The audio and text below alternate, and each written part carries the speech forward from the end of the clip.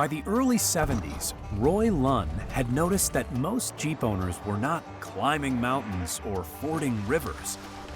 They were mainly driving on-road and occasionally in bad weather. As head of Jeep engineering for American Motors Corporation, Lunn wanted to bridge the gap between these extreme off-roaders and everyday cars.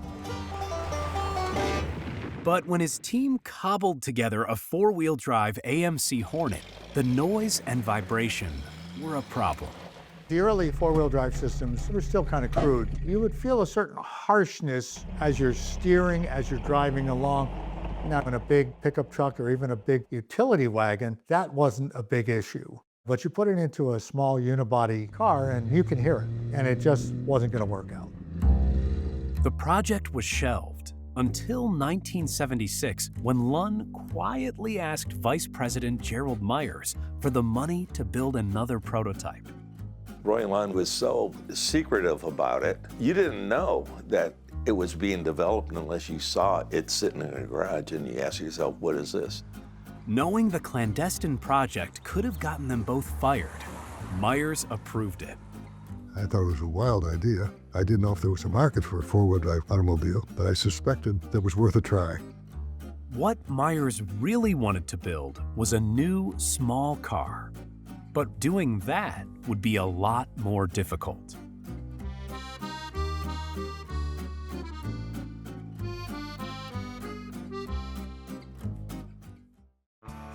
The Last Independent Automaker was sponsored in part by Visit Detroit, the Alfred P. Sloan Foundation, Motor City's National Heritage Area, and by the following car clubs, as well as the over 375 individuals and organizations who donated to this project. Thank you.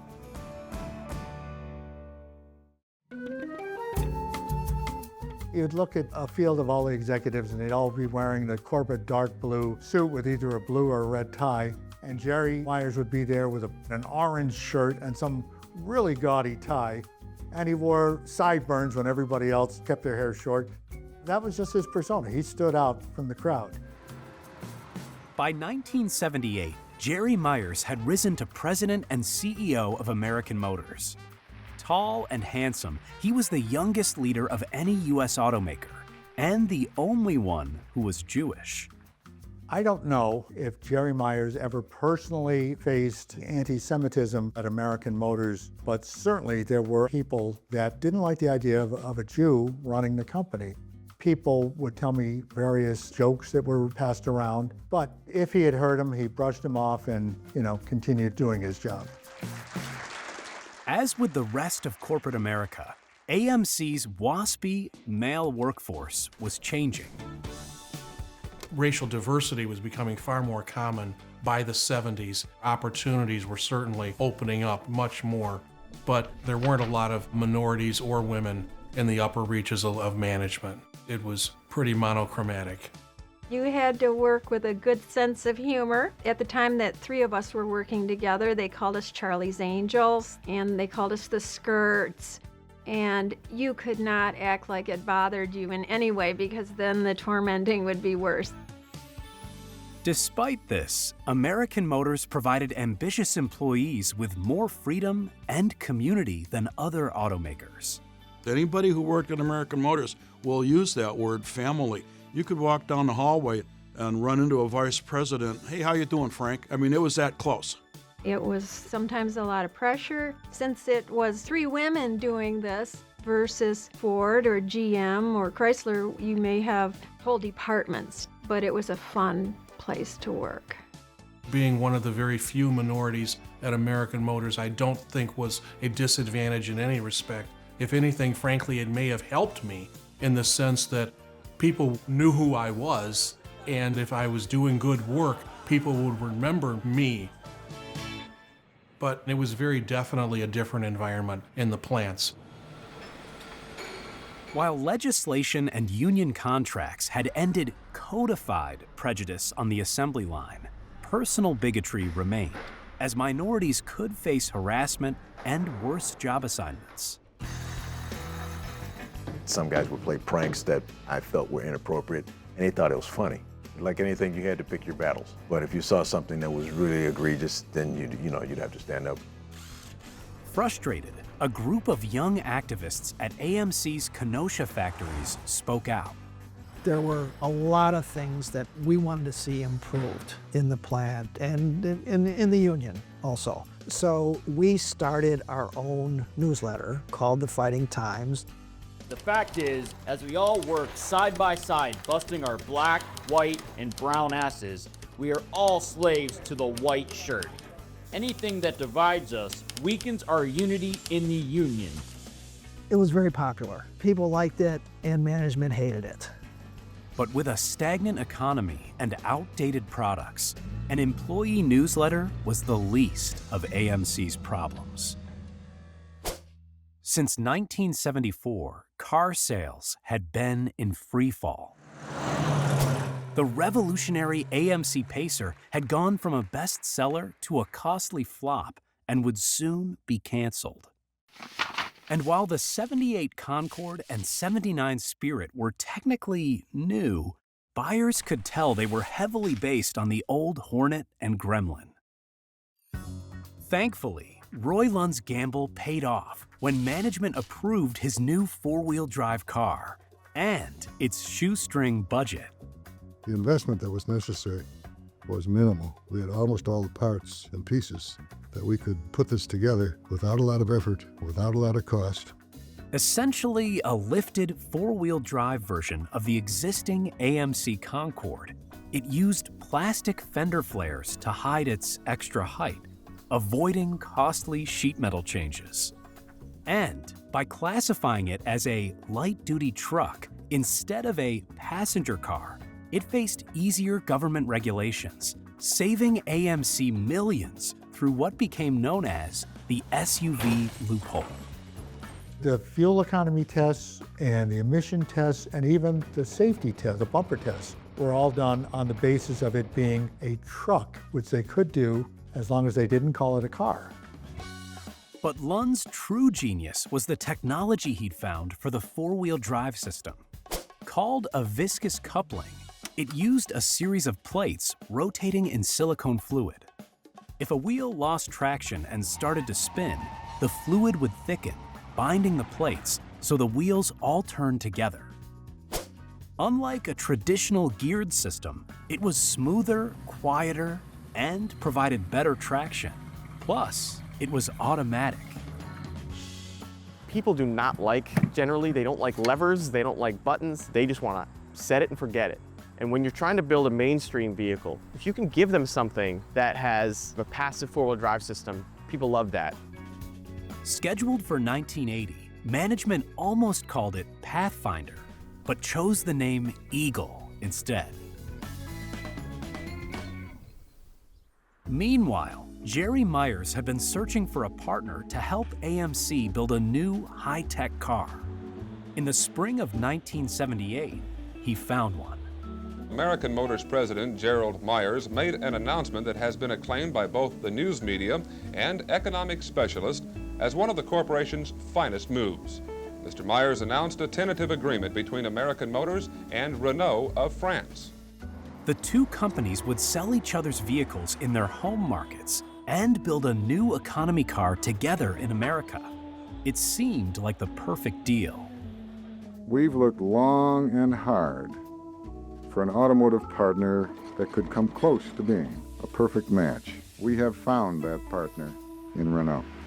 We're going to step boldly together in new directions because we realize that we are making automotive history together. Both sides emphasized that it was a partnership, not a merger. That fall, Meyers became chairman in addition to CEO, and former Ford executive Paul Tippett took his old spot as president.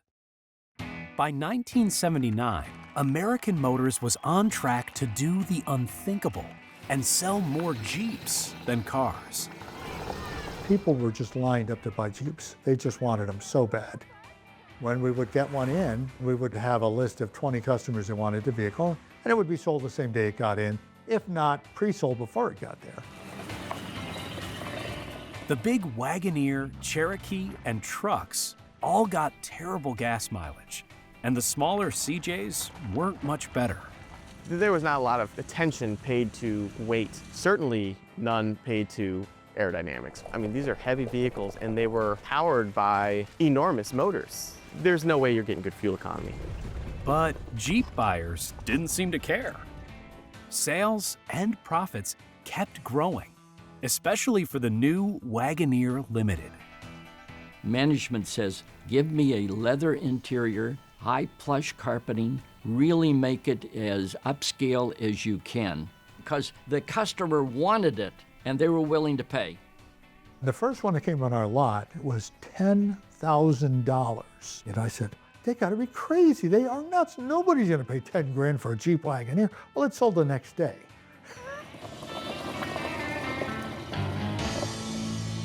Then, in February, a violent revolution in Iran disrupted oil production, triggering another fuel shortage and rampant inflation. To combat rising prices, the U.S. Federal Reserve hiked interest rates, making loans more expensive. Interest rates probably more than doubled. It was really a horrible shock to the economy. Almost overnight, Jeep sales crashed. It was like a giant hand just turned off a faucet. We went from having one or possibly two Cherokee Chiefs in stock to one morning we had 30 of them because people weren't buying them anymore. The company makes its money when the dealer buys a car. So we try to keep the dealers as chock full as we possibly can. But after a point, you have to stop making vehicles. Then you are laying off workers. But based on UAW contracts, you're still paying a big piece of that worker's salary anyway. So the companies begin to lose money in a big hurry. With losses mounting, the French stepped in. Renault has today purchased from American Motors 1.5 million shares of American Motors common stock. A senior Renault officer will be elected to the American Motors Board of Directors next week.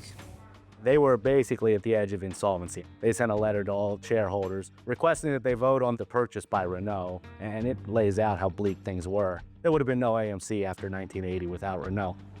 Less than a year after claiming no merger, Renault now owned 22.5% of AMC.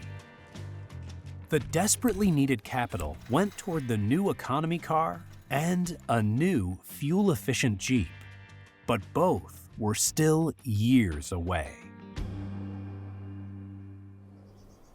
Fortunately, at least the new Eagle was well received. We were surprised at how excited people were about four-wheel drive automobiles. And the dealers got excited. It was something new that somebody else wasn't producing. The engineering and the components that went in the Eagle was far better than anything anyone else had at the time. It felt like you're driving an everyday car, but when you needed the traction because of bad roads, especially snow and ice, the car just plowed right through it.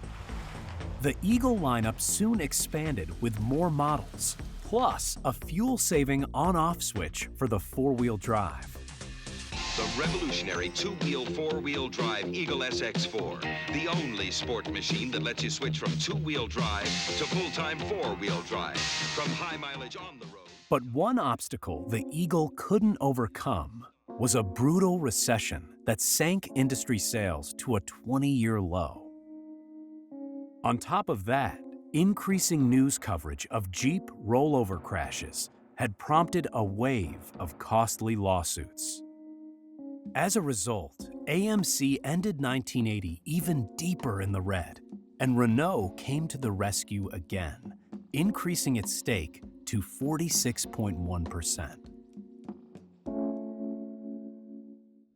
American cars guzzle gas. American cars are all style and no substance. American cars don't last. To all that, American Motors says nuts. This American Motors Concorde and this Spirit are built to be more than just good looking. They're tough, tougher than ever before. By 1981, car buyers were more concerned than ever about reliability and gas mileage. But American cars had developed a bad reputation, especially compared to their Japanese competitors. They were simply ahead of us in terms of their ability to deliver a really high-quality vehicle. The paint didn't flake, you didn't have rust issues, people didn't experience the same level of rattles and squeaks that you might have found with the American vehicles. So, word of mouth, demand spread. Quality became the automotive buzzword of the day.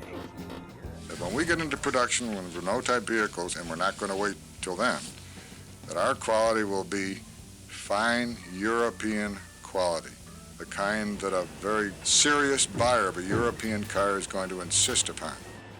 Marketing shifted to AMC's industry-leading warranty and its innovative use of zinc-coated, rust-resistant, galvanized steel. The only American cars with galvanized steel in 100% of the exterior body panels. That's right, 100%. They came to me for just one commercial where I'm walking along the assembly line talking to a girl. They didn't stop the assembly line. The assembly line was just running when we shot. And from what I understand, they tested that, and it tested so highly that they rushed back and negotiated a 2-year deal with us to do all their commercials for 2 years. Concord and Spirit, for good-looking high-mileage cars, don't sell the tough American short. I went to Lorimar Pictures to meet with them about a project. And I walked by one woman, she said, "I bought a car because of you. Don't tell my husband."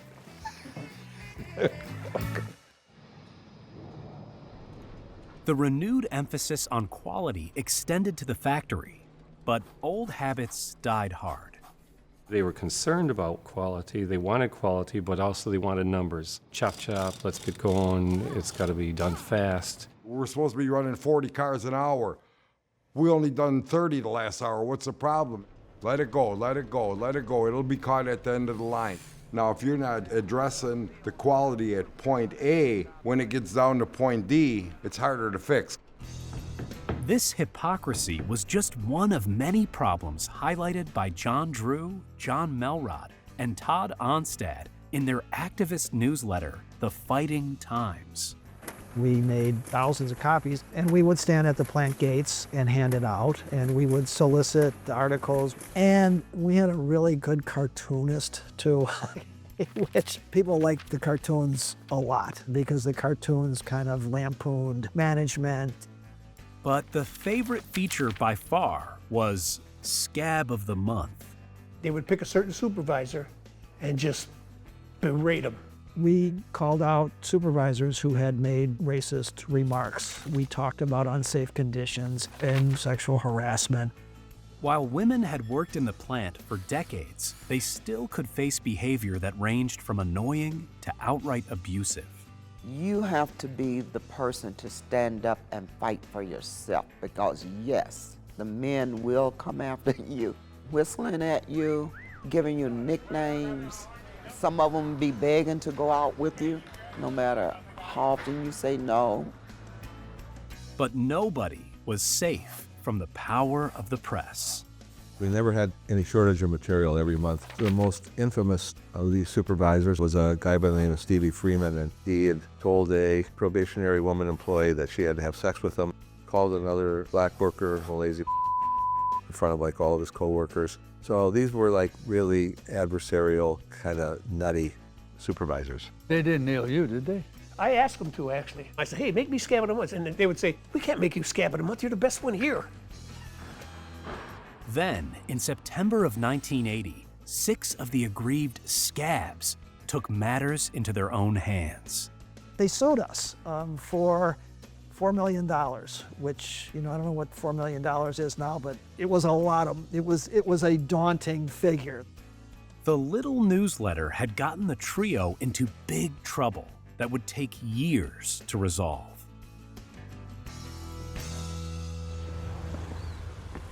By now, AMC dealers were also selling imported Renaults, and AMC employees were slowly warming up to their French coworkers. One of the managers approached me one day and he said, we understand that you speak French. When these guys come in, kind of hang out in a corner there and listen into what they're saying. So I was sort of like hiding behind the plant in the corner, with my ear out like this. but we didn't really learn anything. I was at the copier machine, and that copier wouldn't work for anything. And I was doing some pretty blue language in French. Someone walked up in back of me and he said, "My good," and he said it in French, "Mademoiselle, quelle belle langue vous avez." And I thought, oh my gosh, he understood everything I said. I was so embarrassed. I was part of an exchange program, and I really enjoyed being over there. They had a real international cast of employees. At lunchtime, we'd sit around a big table, and they had bottles of wine.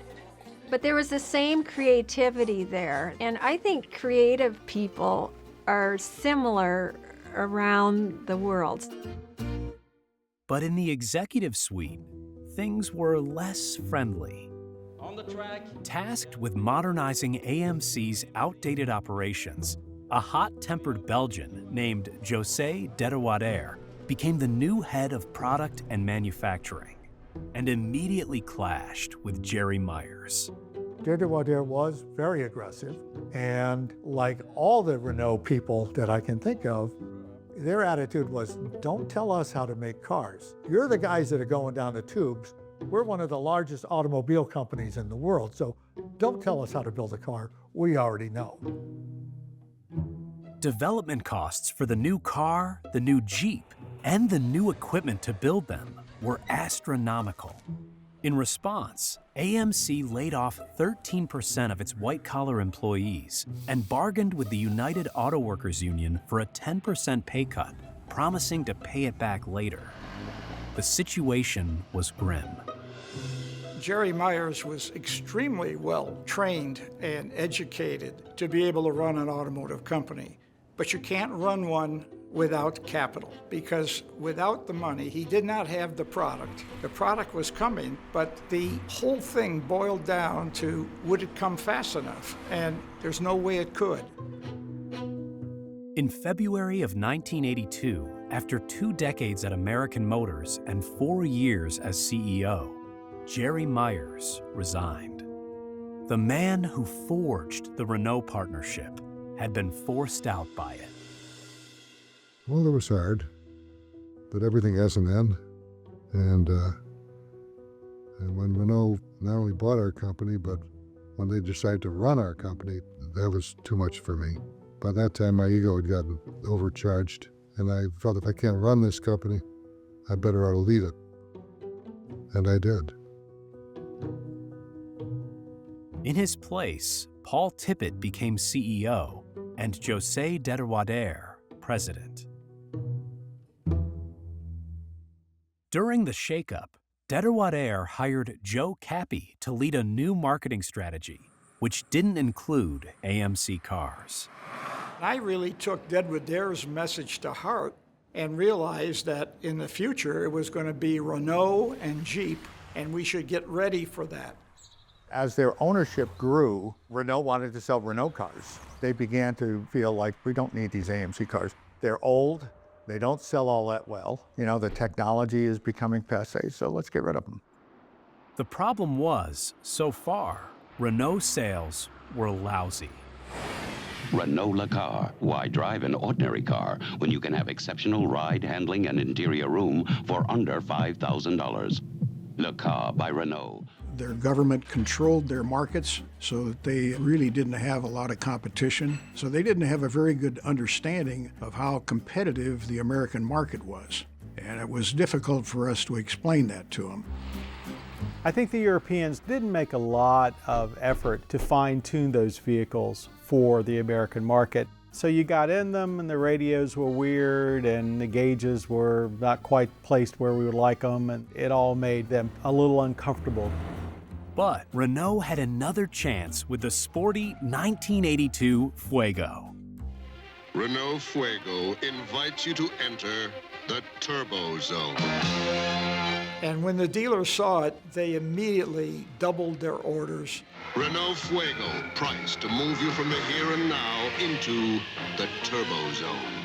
The problem is they hadn't sold enough of them to discover that they had a serious electrical problem. You'd be driving down the street and all of a sudden it would stop, dead. They had issues with the fuel injectors. It was leaking and it would spit out on a hot motor and boom. And that happened frequently. You could drive around the expressways of Detroit and see a burned out Fuego. And it was a terrible thing because until that happened, sales were just shooting off like a rocket. Furious, Dedewader blamed the dealers for not selling more Fuegos, but the damage was done. However, Renault and AMC's luck was about to change. These are the great cars of Europe. For most people, their price has put them out of reach. Now, Renault closes the gap between European technology and affordability. Introducing Renault Alliance, a fine European sedan with electronic fuel injection, front-wheel drive, four-wheel independent suspension. After 5 agonizing years, 2 CEOs, a second oil crisis, record inflation and interest rates, layoffs, lawsuits, and hundreds of millions of dollars, the new economy car arrived as the 1983 Renault Alliance. Based on the French Renault 9 and built in Kenosha, it was the car everyone had been waiting for. The alliance of quality and affordability is here. Branding remained a touchy subject, but to placate loyalists, a small AMC logo was added to the trunk. But with the upcoming cancellation of the Concorde and Spirit, the Eagle was now the last true AMC. The future was in Renault's hands.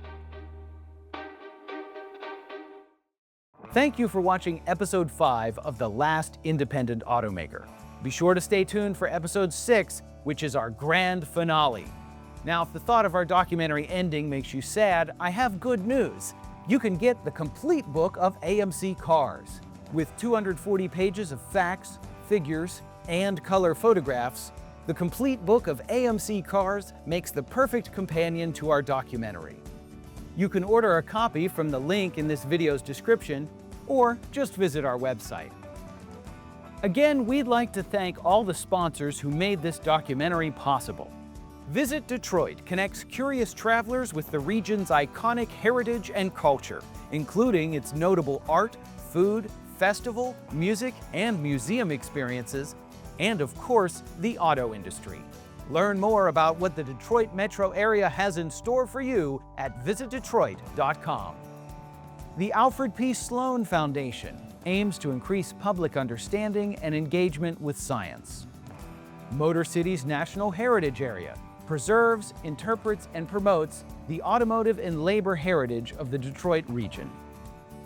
And of course, thanks to all the car clubs around the country who supported our work, as well as the over 375 individuals and organizations who donated to our documentary. If you enjoyed this program and would still like to support us, you can still make a donation. Just leave us a tip on our website. And lastly, I'd like to thank all the people who donated their time, talent, expertise, and even their cars to be a part of the Last Independent Automaker. And of course, thank you very much for watching.